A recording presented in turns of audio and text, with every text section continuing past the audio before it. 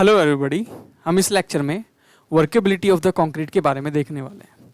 तो सबसे पहले आपको ये पता होना चाहिए what is the meaning of workability. Workability का मतलब क्या है?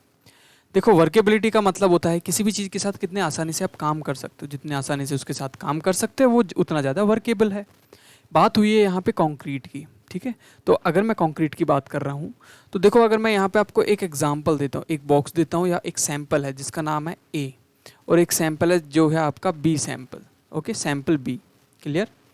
अब जो ए सैंपल है इसके अंदर क्या है, मैंने यहाँ पे कंक्रीट डाली हुई है। ओके, अब आपको ये तो पता होगा कि कंक्रीट क्या होती है। Concrete is nothing but the mixture of cement plus में फाइन प्लस में कोर्स एग्रीगेट, इनको मिला दिया जाए किसके साथ में, वाटर के साथ में, तो आपका कंक्रीट बन के आता है। इतना तो पता ही होगा।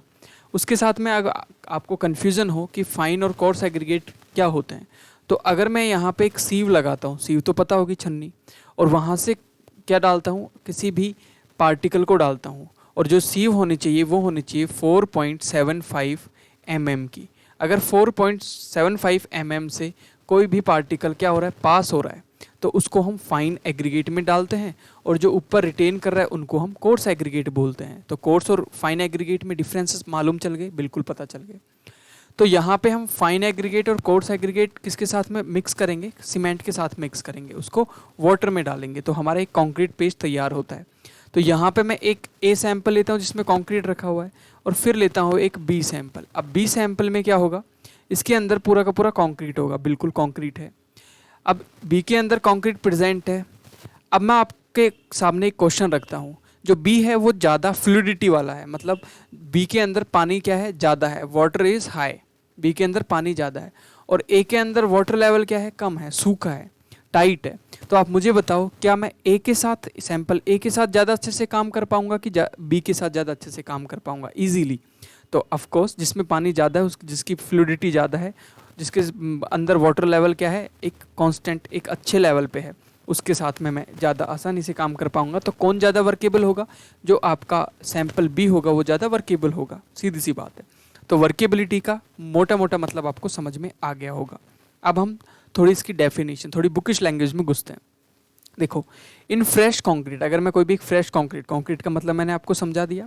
फ्रेश कंक्रीट लेता हूँ, concrete in the plastic state. जब आप कंक्रीट लेते हो तो किस स्टेट में मिलता है, वो प्लास्टिक स्टेट में होता है, which can be moulded into any desirable shape. आपको जिस शेप में उसको कन्वर्ट करना है, आपका जो कंक्रीट है वो उस शेप में कन्वर्ट हो सकता है, ठीक है। तो जो वाटर सीमेंट रेशियो होता है, बेसिकली उसके ऊपर ही वर्केबिलिटी मेजरली डिपेंड करती है। तो अगर आपसे कोई पूछे कि यार कितनी वाटर सीमेंट रेशियो होना चाहिए, तो मैंने पिछले लेक्चर में बताया है वाटर सीमेंट रेशियो के बारे में, बिल्कुल खोल के। अगर नहीं देखा तो ऊपर लिंक आ रहा होगा, नीचे डिस्क्रिप्शन में भी लिंक होगा, आप क्लिक करके देख सकते हो। तो जो बेस्ट वाटर सीमेंट रेशियो होता है वो होता है 0.4। अब इसका वाटर सीमेंट रेशियो का 0.4 का मतलब क्या है, इसका मतलब है 40% पानी, अगर आप सीमेंट के वेट के 40% के बराबर पानी डालते हो आप कंक्रीट के अंदर, तो आपको एक अच्छा वर्केबल पेस्ट मिलता है, एक बहुत अच्छा पेस्ट मिलता है। तो this is called the water cement ratio. तो इस वाटर के ऊपर डिपेंड करती है वर्केबिलिटी। समझ में आ गई बात? लेकिन जो वाटर सीमेंट रेशियो है वो फिक्स नहीं रह सकता, उसको 40 से 60 भी करना होता है, कभी कभी हम उसको 30 भी कर देते हैं। तो ऐसा कब करते हैं, ये वेरी करता है बिकॉज ऑफ सम रीजंस। जैसे फ्री सरफेस मॉइस्चर अगर प्रेजेंट है ऑलरेडी तो हम पानी कम डालते हैं। दूसरा रीज़न हो सकता है एब्जॉर्प्शन ऑफ मॉइस्चर। आपने ऐसा कोई एडमिक्सचर डाल दिया, प्लास्टिसाइजर डाल दिया, सुपर प्लास्टिसाइजर डाल दिया, जिसकी वजह से क्या हो, उसकी वर्केबिलिटी कम पानी के ही अच्छी हो जाए। तो इस वजह से उसके अंदर हम चीज़ों को ऐड कम करते हैं। मैं बिल्कुल लेमन लैंग्वेज में समझाने की कोशिश कर रहा हूँ, ठीक है।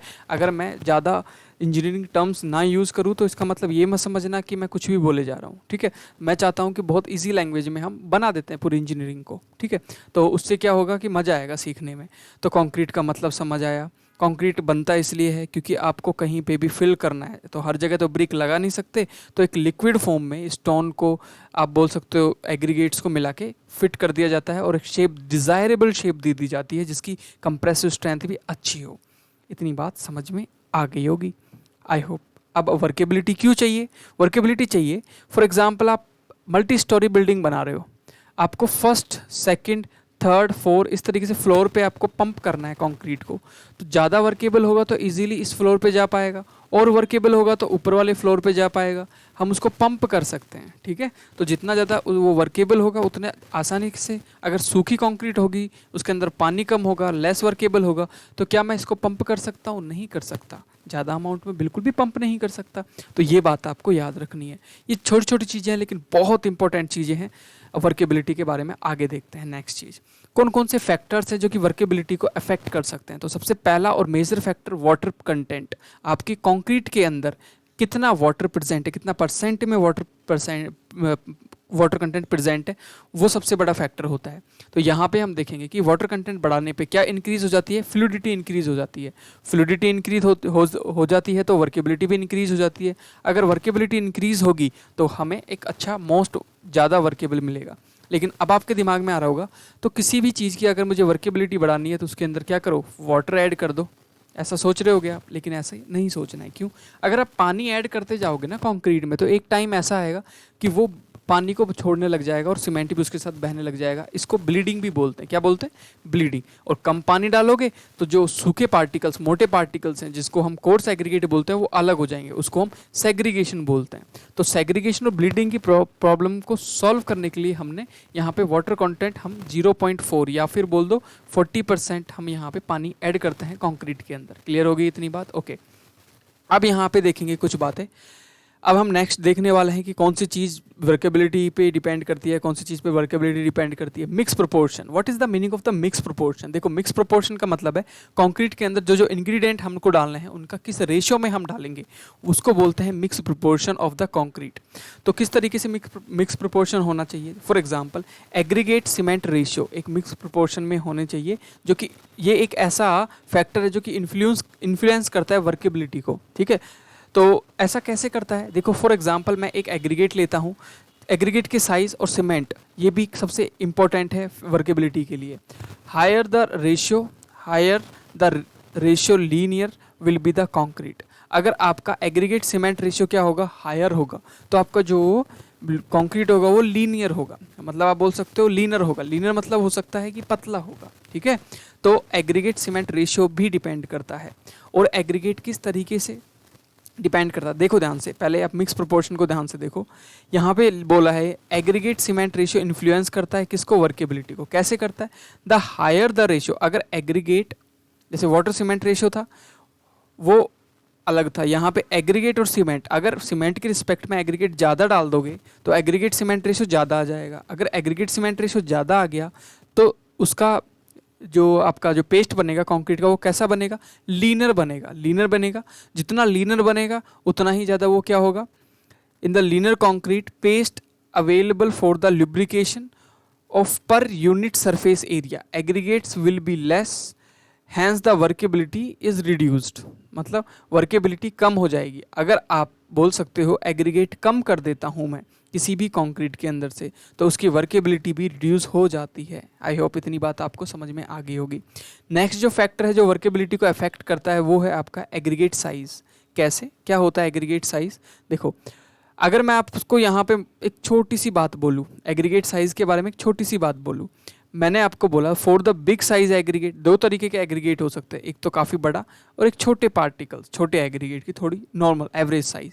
For the big size aggregate the total surface area to be wetted is less, also less paste is required for the lubricate the surface to reduce internal friction. समझ पा रहे हो मेरी बात? तो आप बोल सकते हो कि big size aggregate high workability देते हैं। मतलब जितना बड़ा साइज एग्रीगेट का होगा उतनी ज़्यादा उसकी क्या होगी, वर्केबिलिटी होगी। ठीक है, इतनी बात आपको याद रखना है। जितना बड़ा साइज उतनी ज़्यादा वर्केबिलिटी, ये बातें आपको याद रखनी है। आई होप इतनी बात आपको समझ में आ रही होगी। मतलब जितना छोटा पार्टिकल होगा उतना कम वर्केबिलिटी, जितनी बड़ा पार्टिकल होगा उतनी ज़्यादा वर्केबिलिटी। ऐसा क्यों? ऐसा क्यों? देखो, साइज ऑफ पार्टिकल जितना बड़ा होगा ना, जितना बड़ा साइज ऑफ पार्टिकल होगा उतनी कम उनके बीच में फ्रिक्शन लगेगा, उतना कम सरफेस आपको चाहिए लुब्रिकेट करने के लिए सीमेंट को, तो इसलिए उसकी वर्केबिलिटी ज़्यादा होगी। खुद ही दिमाग में सोचो, अगर मैं आपको छोटे छोटे पार्टिकल दूँ और बोलूँ इनको रब करो हाथ से, और मोटे मोटे 2-3 आपको मैं स्टोन पकड़ाऊँ और बोलो इनको हाथ से रब करो, तो किसको आप इजीली हाथ से घुमा पाओगे? आप जब छोटे पार्टिकल्स को रगड़ोगे तो आपको प्रॉब्लम आएगी, वहाँ पे फ्रिक्शन ज़्यादा होगा क्योंकि सरफेस ज़्यादा होगा। जितने छोटे पार्टिकल टोटल सरफेस एरिया सबका मिला के ज़्यादा, जितना ज़्यादा सरफेस एरिया उतना ज़्यादा फ्रिक्शन, जितना ज़्यादा फ्रिक्शन उतनी ज़्यादा वर्केबिलिटी लेस। बस ऐसे याद रखो। नेक्स्ट कौन सा फैक्टर है? Shape of the aggregate. सीधी बात है, आपको मैं यहाँ पे दो तरीके के एग्रीगेट देता हूँ, एक तो देता हूँ मैं राउंड और एक देता हूँ क्यूबॉइड। और पहला तो ऑप्शन ये है आपके पास में। दूसरा ऑप्शन है मैं आपको देता हूँ यहाँ पे एंगुलर। कैसा? एंगुलर देता हूँ, एंगुलर एग्रीगेट्स देता हूँ। अगर मैं आपको यहाँ पे एंगुलर एग्रीगेट्स देता हूँ तो आप मुझे बताओ कि इनके साथ काम करना आसानी से कर पाओगे कि इसके साथ? ऑप्शन ए और option B. Pause the video, comment section में आपको बताना है कि ऑप्शन ए के साथ आसानी से काम कर पाओगे या ऑप्शन बी वालों के साथ आसानी से काम कर पाओगे। ऑफ कोर्स जिनमें एंगल्स नहीं होंगे उनके साथ हम आसानी से काम कर पाएंगे। तो याद रखना है जो कि राउंडेड होते हैं, क्यूबिकल होते हैं, उनके साथ हम आसानी से काम कर सकते हैं। क्लियर? तो ये बातें आपको याद रखनी है। These are the important things. Next होता है सरफेस टेक्सचर कैसा है। What is the meaning of the surface texture? देखो सरफेस टेक्सचर का मतलब है, एक तो आपका स्टोन है जो ऊपर से कैसा है, रफ है, और एक है जो कि बिल्कुल कैसा है, स्मूथ है।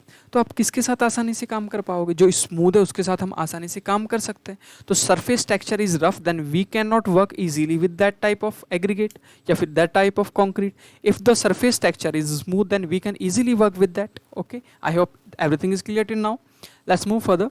आगे देखेंगे ग्रेडिंग ऑफ द एग्रीगेट। अगर मैं आपको बोलता हूँ कि एक एग्रीगेट या फिर एक कंक्रीट है जो कि वेल ग्रेडेड है, वेल ग्रेडेड का मतलब होता है जिसके अंदर सारे साइज के एग्रीगेट्स आते हों, और एक है जिसके पास में सिर्फ और सिर्फ यूनिफॉर्म एग्रीगेट है, मतलब सेम एक ही साइज का एग्रीगेट प्रेजेंट है, तो इसके साथ आसानी से काम कर पाओगे या फिर इसके साथ आसानी से काम कर पाओगे? Option A and this is option B. तो ऑफ कोर्स जिसमें वेल ग्रेडेड होगा उसके साथ आसानी से काम कर पाओगे, जिसके साथ जितना आसानी से काम कर पाओगे, बस दिमाग में आसानी से काम करने वाली बात को याद रखना, जितना आसानी से काम उतना ज़्यादा वर्केबल, दैट्स इट। अब आगे चलते हैं। एडमिक्सचर्स। देखो एडमिक्सचर्स क्या होते हैं? कंक्रीट की प्रॉपर्टीज़ को एनहेंस करने के लिए, बढ़ाने के लिए हम कुछ ऐसे केमिकल्स डालते हैं जिसकी वजह से जो कंक्रीट होता है उसकी प्रॉपर्टीज़ इंक्रीज हो जाती हैं। If the properties of concrete are increasing, if the concrete की property are increasing, then you can say इसमें एक ऐसी प्रॉपर्टी होती है जो कि आपकी वर्केबिलिटी भी बढ़ाती है। कौन सा एडमिक्सचर होता है? एयर एंटरनिंग। मतलब क्या होता है? ये एक ऐसा एडमिक्सचर होता है जिसको डालने से जो पार्टिकल्स होते हैं ना कंक्रीट के, उनके बीच में छोटे छोटे बबल्स आ जाते हैं। क्या आ जाते हैं? बबल्स आ जाएंगे तो फ्रिक्शन लेस तो हाई वर्केबल। तो अगर आप एयर एंटरनिंग कंक्रीट बनाते हो तो उसके बीच में फ्रिक्शन कम होगा तो इजीली इसके साथ काम कर सकते हैं। That's it. तो ये बातें आपको याद रखनी। अब हम कुछ टेस्ट करेंगे जिससे हमें पता चलेगी कि एग्जैक्टली हमें कितनी वर्केबिलिटी किसी कंक्रीट की है। आपके पास में मैंने कंक्रीट ला के रख दिया और मैंने पूछा कि ये बताओ कि इसकी कितनी है वर्केबिलिटी, इसकी कितनी है वर्केबिलिटी। आप जाते हो साइट पे, आप असिस्टेंट इंजीनियर हो, आप जाके आपसे कोई पूछता है कि इसकी वर्केबिलिटी बताओ, तो आपको बताना है कि इसकी वर्केबिलिटी कैसी है। तो आप टेस्ट करके देखोगे तो सबसे पहला जो फेमस टेस्ट होता है वो होता है आपका स्लम्प टेस्ट, जो कि वर्केबिलिटी निकाल के देता है एग्जैक्ट वैल्यू। दूसरा होता है कॉम्पैक्शन फैक्टर, तीसरा होता है फ्लोटेबल, और चौथा होता है VB कंसिस्टोमीटर टेस्ट। तो सबसे पहले हम देखेंगे यहाँ पे स्लम्प टेस्ट। स्लम्प टेस्ट कुछ नहीं होता, यहाँ पे एक ऐसा इंस्ट्रूमेंट होता है जिसका नाम होता है स्लम्प इंस्ट्रूमेंट। ये एक तरीके से आप बोल सकते हो फ्रस्टन कॉर्न की तरह होता है, कॉर्न कटा हुआ कॉर्न, जिसका ऊपर वाला जो डाया होता है, छोटा वाला डाया जो होता है वो होता है 100, वो होता है आपका 100 का mm।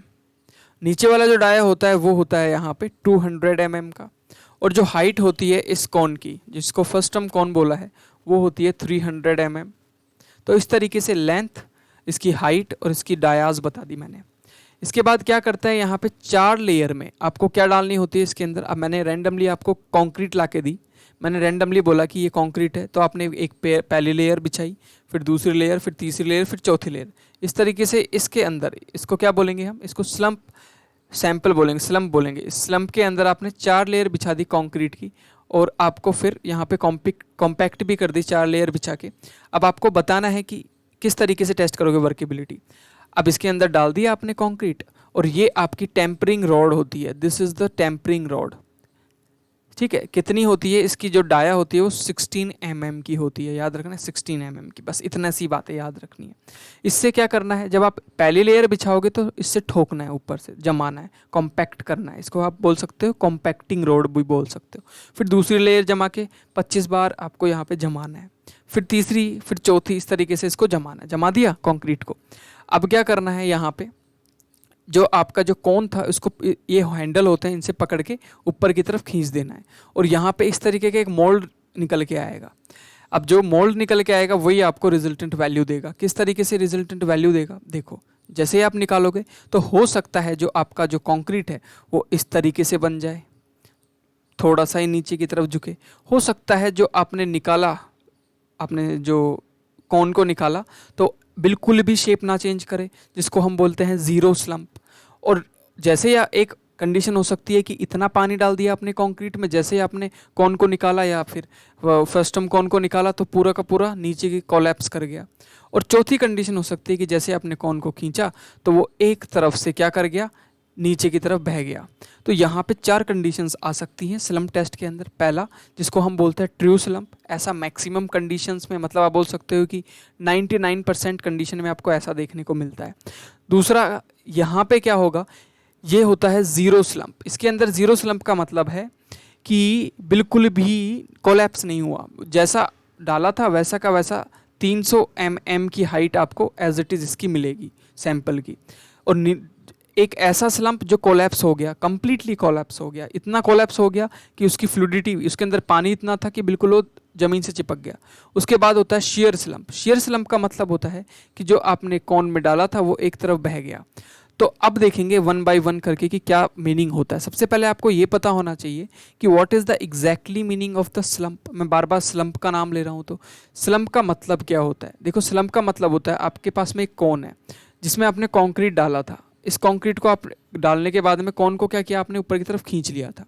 फिर एक सैंपल निकल के आएगा, और सैंपल कुछ ना कुछ, जो 300 mm की हाइट है, ये पूरी हाइट कितनी है 300 mm की, इस हाइट से कुछ नीचे की तरफ जाएगा।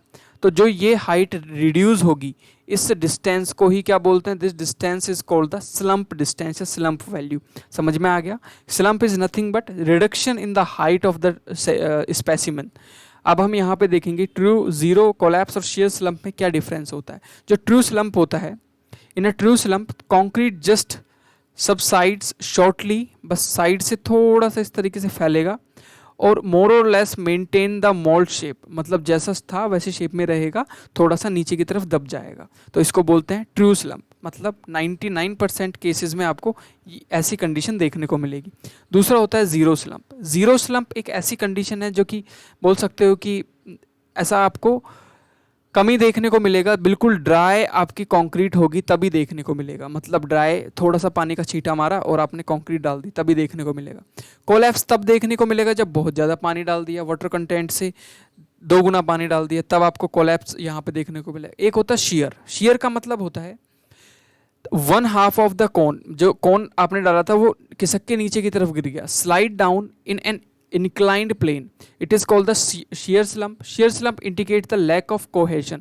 जो कंक्रीट है उसके अंदर कोहेशन नहीं होने की वजह से ऐसा होता है, याद रखना है। The concrete mix, shear slump में occur in the case of harsh mix. अगर आपने एक ऐसा मिक्स तैयार किया है जिसको उठाया, पटका ऊंचा से नीचे से, तो ऐसी कंडीशन में आपको शेयर मिलेगा। ऐसे कंक्रीट को यूज़ ही नहीं लेना। तो कौन से कंक्रीट को यूज़ लेना है, आपको सिर्फ ट्रू स्लम्प वाले को ही यूज़ लेना है, ठीक है। तो हम ट्रू वाले को मैक्सिमम टाइम यूज़ लेते हैं, जो कि आपको रिजल्ट अच्छा देता है, ठीक है। अब यहाँ पे देखेंगे, स्लम्प समझ आ गया था। स्लम्प जो होता है वो mm में मेज़र किया जाता है कि कितना mm नीचे गई है आपकी सैंपल कंक्रीट की। तो अब यहाँ पे देखेंगे जो एक्सट्रीमली लो वर्केबल होगा, इसका मतलब है, देखो एक्सट्रीमली लो का मतलब है, दिमाग में रखो, ड्राइनेस, थोड़ा सा पानी, और हाई वर्केबल का मतलब है बहुत ज़्यादा वाटर। तो इसको याद रखो, फ्लूइड की तरह। तो जितना ज़्यादा सूखा होगा उतना लो वर्केबल होगा। तो इसके अंदर जो कंसिस्टेंसी होगी, मतलब पानी की जो मात्रा होगी, वो मॉइस्ट अर्थ का मतलब है जो उसके अंदर प्रेजेंट है, उसके अलावा आपने कुछ भी नहीं डाला, जितना पानी प्रेजेंट था कंक्रीट और सीमेंट और आपके फाइन एग्रीगेट के अंदर, बस वही है। तो इसकी स्लम्प वैल्यू होती है 0। ऐसा यूज़ कहाँ किया जाता है, ऐसा कंक्रीट यूज़ किया जाता है प्री कास्ट पेविंग स्लैब मतलब क्या होता है? देखो, अगर आपको पेवमेंट बनाना है, पेवमेंट मतलब सड़क बनाना है, कंक्रीट की सड़क बनानी है, लेकिन कई जगह आपने देखा होगा कंक्रीट की सड़क बनाने के लिए पहले से ही आप यहाँ पे स्लैब बना के लाते हो, बिछा देते हो। तो जब आप स्लैब बना रहे हो आपके लैब के अंदर या बोल दो फैक्ट्री के अंदर, तो उस टाइम पे जो कंक्रीट होगा वो लो वर्केबिलिटी का होना चाहिए, very low, extremely low workability का। उसके बाद आते हैं वेरी लो। इसके अंदर जो स्लम्प वैल्यू आनी चाहिए वो 0 से 25 आनी चाहिए। अब यहाँ पे ये कहाँ यूज़ होता है? रोड कंस्ट्रक्शन में जो कंक्रीट यूज़ होता है वो 0 से 25 स्लम्प वाला यूज़ होता है। तो ये भी रोड वाला था लेकिन प्रीकास्ट वाला था। उसके बाद थोड़ा सा पानी डालोगे तो जहाँ पे आप रोड बना रहे हो वहाँ पे जो कंक्रीट होगा उसकी स्लम्प वैल्यू भी कम होनी चाहिए। उसके बाद होता है लो की वैल्यू 25 से 50 होनी चाहिए, मीडियम की वैल्यू 50 से 100 होनी चाहिए, और हाई की वैल्यू 100 से 175 होनी चाहिए, या फिर उस 100 से जितनी भी ज़्यादा होगी उसको हाई वर्केबल बोलेंगे। कहाँ कहाँ यूज़ होते हैं? तो मैंने बताया कि वेरी लो तो रोड कंस्ट्रक्शन में होगा, लेकिन जो लो आपका वैल्यू होगी, जो लो स्लम्प वैल्यू होगी 25 से, देखो कितने का डिफरेंस आ रहा है, 0 25 और 25 के बाद में सीधा 50 और 50 के बाद में 100। तो आपको बस यहाँ पे 25 इंक्रीज़ किया है, फिर 25 इंक्रीज़ किया है, फिर यहाँ पे 50 इंक्रीज़ कर दिया। उसके बाद तो आप कितना भी इंक्रीज़ करो हाई वर्केबिलिटी में ही जाने वाला है। बस ऐसे ही आपको याद रखना है। एक बार 25 मतलब 25 और फिर 50 इंक्रीमेंट बता रहा हूँ मैं ये, और फिर उसके बाद में सीधा आपका 50 से फिर 50, बस 2 बार 25 और 2 बार 50, ऐसे इस तरीके से इंक्रीमेंट हुए हैं स्लम्प में। एमएम में है ये वैल्यूज़, किसमें? मिलीमीटर में। अब यहाँ पे होता है जो आपका लो होता है उसका जो यूज़ होता है लाइट रेनफोर्समेंट में होता है। अगर जैसे जैसे रेनफोर्समेंट हैवी होती है वहाँ पे आपका हाई वर्केबल चाहिए, और बोल सकते हो कि मास कंक्रीटिंग के अंदर भी आपको क्या यूज़ करना है? लो वर्केबल ही यूज़ करना है। एक होता है लो, एक वेरी लो, एक एक्सट्रीमली लो। और जो बिल्कुल पानी की तरह कंक्रीट हो उसको ट्रंच फिलिंग में यूज़ किया जाता है, या फिर ऐसी जगह जहाँ पे आरसीसी विद ऐसी जगह जहाँ पे आप आरसीसी के साथ में कुछ ऐसा रेनफोर्समेंट यूज़ कर रहे हो जहाँ पे आपका कंक्रीट का ड्राई फॉर्म में जाना इम्पॉसिबल है वहाँ पे, तो बेसिकली उसको ट्रंच फिलिंग ही बोलते हैं। तो ये चीज़ें आपको याद रखनी है कि जैसे जैसे स्लम्प वैल्यू इंक्रीज़ हो रही है वैसे वैसे वर्केबिलिटी भी इंक्रीज़ हो रही है।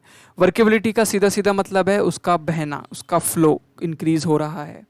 ठीक है, तो सबसे ज़्यादा वर्केबिलिटी वाली चीज़ कहाँ यूज होती है? ट्रंच फिलिंग में। सबसे कम वर्केबिलिटी वाली याद रखनी है precasting of slab in road construction.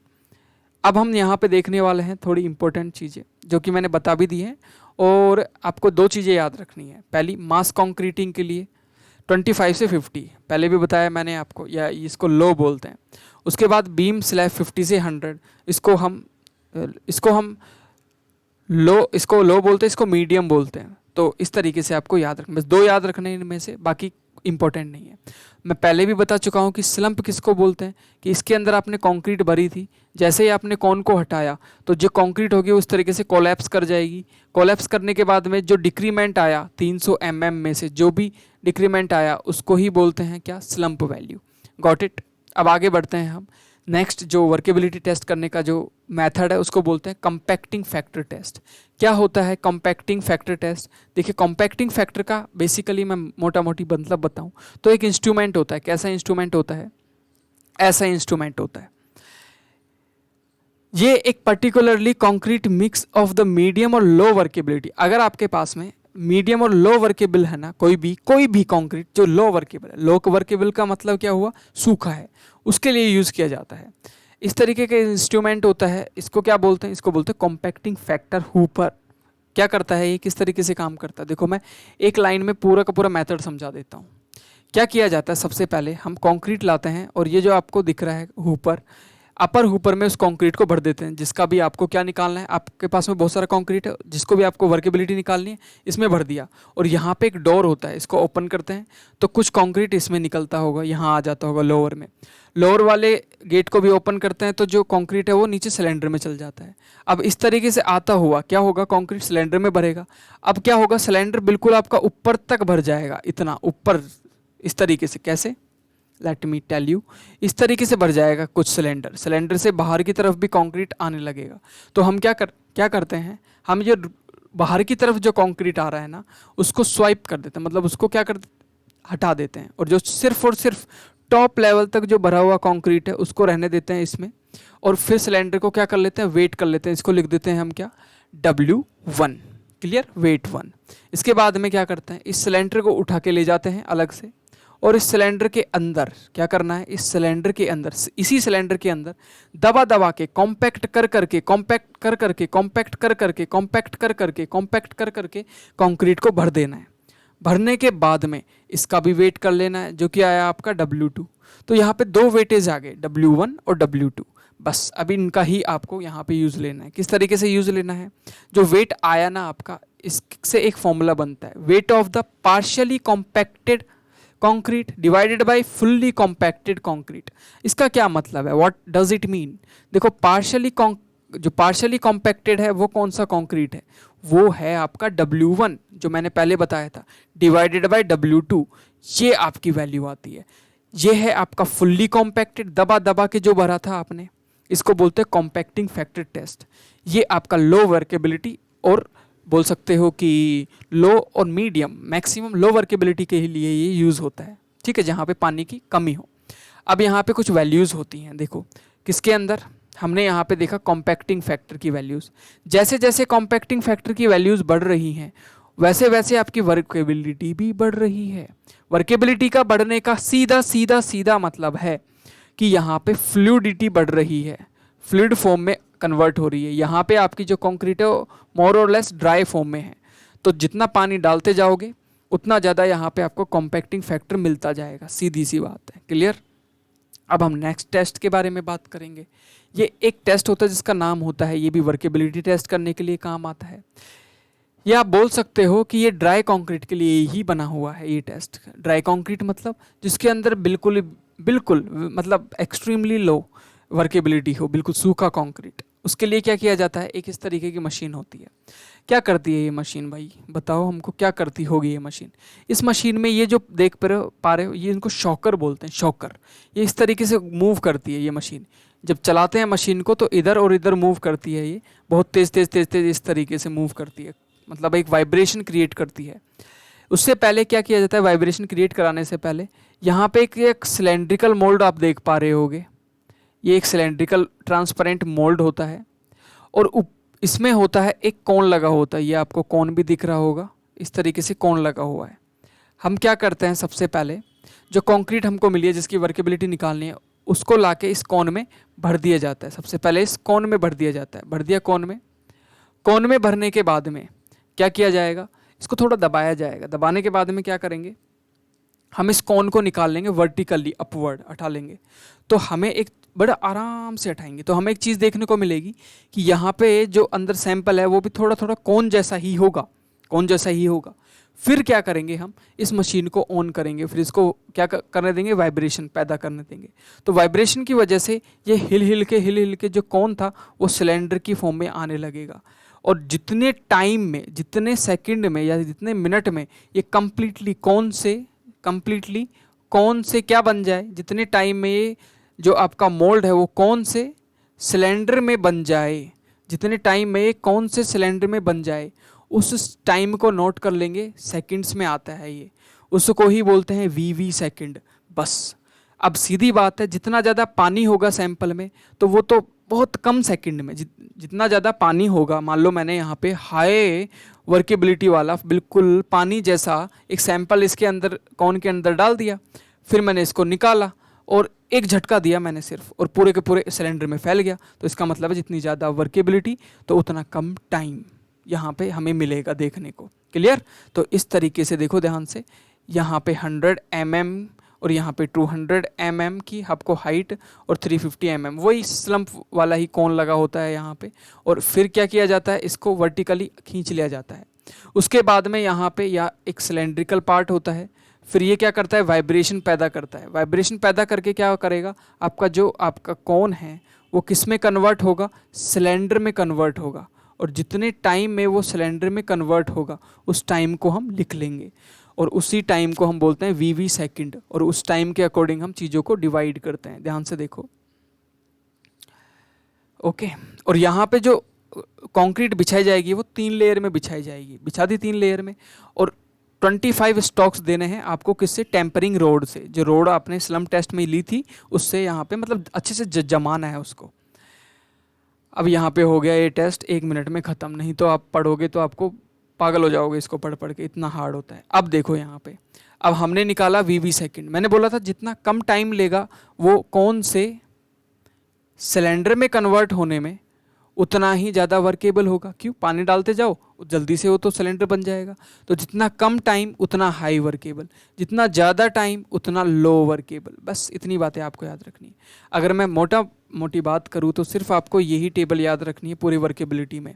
Workability क्या होती है, कॉन्सेप्ट आपको याद रखना। नेक्स्ट टेस्ट होता है, इसका सिर्फ आपको एक तरीके से बस प्रोसीड्यूर याद रखना है, ये कभी एग्जाम में नहीं आता है। एक फॉर्मूला याद रखना है, दैट्स इट। इसमें क्या होता है, एक टेबल होती है इस तरीके से, और एक स्लंप वाला कौन नहीं होता है, थोड़ा छोटा कौन होता है यहाँ पे भी कंक्रीट को आप फिल कर दोगे, और यहाँ पे इसके अंदर कंक्रीट को आप जब फिल करोगे, यहाँ पे आपने कंक्रीट को फिल किया, एक टेबल होती है, और इस टेबल की खास बात होती है टेबल उछलती है। क्या करती है, जंप करती है, ऊपर और नीचे जंप करती है। अब ध्यान से देखना, ये इस तरीके से उछलती है, और जो कौन लेंगे यहाँ पे फ्लो टेस्ट में, उसकी जो लेंथ ब्रेथ और डाया जो होगी वो किस तरीके से होगी, उसकी हाइट होगी 120 mm बोल सकते हो, या 12 सेंटीमीटर। छोटी वाला जो डाया होगा वो 17 सेंटीमीटर, बड़ा वाला जो डाया होगा वो 25 सेंटीमीटर होता है, but different from the slump test. ये ज़्यादा याद करने वाली बात नहीं है, बस इसको उठा के इस टेबल के ऊपर रख दिया जाता है। इस टेबल की जो चौड़ाई होती है वो 75 सेंटीमीटर होती है। रखने के बाद इसके अंदर कंक्रीट को भर दिया जाता है। भरने के बाद में इस मोल्ड को हटा दिया जाता है, वर्टिकली अप खींच लिया जाता है ऊपर की तरफ, और फिर क्या किया जाता है, यहाँ से ये मशीन चलाई जाती है, ये ऊपर और नीचे जंप करती है। कितना, 12.5 mm उछलती है 15 टाइम 1 सेकंड में, मतलब 1 सेकंड में एक बार जंप करती है, और 15 बार उछाल के रोक लिया जाता है। जैसे ही रोकोगे तो उसको जब ऊपर से देखोगे तो आपको जो कंक्रीट है वो कुछ ऐसा फैला फैला मिलेगा, इस तरीके से फैला हुआ मिलेगा। तो हम यहाँ पे 8 रैंडमली 8 जगह से इसकी डाया निकाल लेते हैं, क्योंकि सर्कुलर तो होगा नहीं, तो हम 8 जगह से यहाँ पे डाया निकालते हैं। 8 जगह से डाया निकाली, और उस 8 जगह से डाया का क्या कर लेंगे, सम करके 8 से डिवाइड कर देते हैं, तो समेशन ऑफ DN कर दिया। इसके बाद में जब 8 जगह आपको यहाँ पे जब कर दोगे तो यहाँ पे कंप्लीट डाया मिलेगी, मतलब average dia of this flow test मिल गया। डी की वैल्यू मिल गई आपको, ओके, डी की वैल्यू आपको मिल गई है। अब इस डी की वैल्यू को यहाँ पे आपको फॉर्मूले में रखनी है, बेसिकली इस फॉर्मूले में रखनी है। अब जो भी आपकी डी की वैल्यू आई है उसको 25 से माइनस कर दो और 25 से डिवाइड कर दो। 25 से क्यों, क्योंकि जो आपने स्लंप लिया था उसकी जो नीचे वाली जो डाया थी वो कितनी थी, 25 सेंटीमीटर ही थी, तो उसके रिस्पेक्ट में जो नई डाया जो आई है वो कितनी फैली है, ये परसेंटेज वैल्यू आपको दे देता है। जितनी ज़्यादा फैली है उतना ज़्यादा आपका लिक्विड है, उतना ज़्यादा वर्केबल है। बस इतना सा आपको फ्लो टेस्ट के बारे में याद रखना है, ओके। एक होता है अंडरग्राउंड कॉन्क्रीटिंग, मतलब अब जब आप अंडरग्राउंड या अंडर वाटर कॉन्क्रीटिंग करते हो, इसको क्या बोलते हैं, इसको आपको मुझे कमेंट सेक्शन में बताना है। This is the question for you, ये आपके लिए क्वेश्चन है। ये टेबल आपको याद रखनी है, जो कि मैं पहले भी बोल चुका हूँ। This is the very important table. इसका काम कहाँ आता है, तो यहाँ पे कॉम्पैक्टिंग फैक्टर इंपॉर्टेंट है, VB सेकंड इंपॉर्टेंट है, और स्लंप वैल्यू इंपॉर्टेंट है। कहाँ काम आता है, देखो जैसे जैसे फ्लूइडिटी बढ़ रही है वैसे वर्केबिलिटी बढ़ रही है, जैसे जैसे फ्लूइडिटी बढ़ रही है वैसे वैसे उसका काम भी चेंज होता जा रहा है। जो सबसे सूखा कंक्रीट होता है वो प्रीकास्टिंग पेवमेंट में, जो जितना ज़्यादा गीला कंक्रीट होता है वो ट्रंच फिलिंग में यूज़ किया जाता है। बीच वाले आपके लाइट रेनफोर्समेंट और हैवी रेनफोर्समेंट में क्या यूज़ किया जाएगा, मीडियम का। हैवी रेनफोर्समेंट क्या होता है, जहाँ पे बहुत बड़ी बिल्डिंग के अंदर रेनफोर्समेंट लगी हुई है स्लैब कॉलम के अंदर, वहाँ पे आप यूज़ करोगे मीडियम वर्केबिलिटी वाला। This was the complete chapter. If you have any doubt please let me know in the comment section. Thank you everybody. कोई भी दिक्कत हो नीचे बताओ, और hit the subscribe button. Thank you everybody.